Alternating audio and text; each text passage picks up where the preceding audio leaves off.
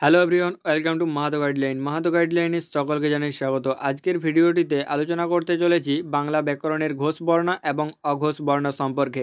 প্রথমে আমাদের যেটি জানতে হবে অঘোষ বর্ণ কাকে বলে এবং ঘোষ বর্ণ কাকে বলে, তাহলে আমরা ঘোষ বর্ণ এবং অঘোষ বর্ণ সম্পর্কে জানতে পারবো।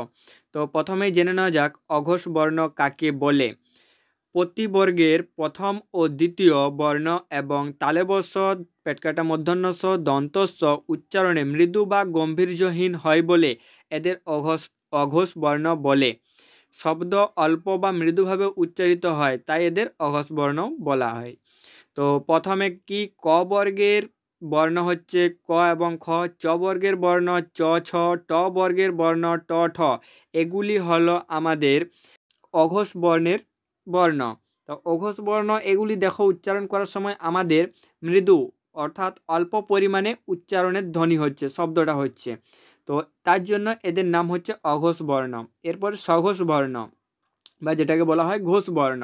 প্রতিবর্গের তৃতীয়, চতুর্থ ও পঞ্চম বর্ণ এবং অন্তস্থ জ, র, ল, ব, হ উচ্চারণকালে কণ্ঠস্বর বেশি গম্ভীর বা গম্ভীর্যপূর্ণ হয় বলে এদের ঘোষ বর্ণ বলে। যেমন ক বর্গের গ, ঘ, ঙ, চ বর্গের বর্গীয় জ, ঝ, ঞ, ট বর্গের অড়, অঢ, তালব্য এইসব বর্ণগুলি হলো একটু গম্ভীর্যপূর্ণ বর্ণ, তাই এগুলিকে বলা হয় ঘোষ বর্ণ। এগুলি দেখো উচ্চারণের সময় একটু বেশি গম্ভীর হচ্ছে, তো তার জন্য এদের নামকরণ হয়েছে ঘোষ বর্ণ। তো আশা করছি সকলেই বুঝতে পেরেছ যে ঘোষ বর্ণ এবং অঘোষ বর্ণ বলতে কি বোঝো। তো এগুলি হলো ঘোষ বর্ণ এবং অঘোষ বর্ণ। তো প্রশ্ন এবারে বিভিন্ন রকমভাবে ঘুরিয়ে ফিরিয়ে আসতে পারে। তো আমাদের কাকে বলে যদি জানি তাহলে আমরা অতি অবশ্যই সেই কোশ্চেনগুলোর অ্যান্সার করতে পারবো।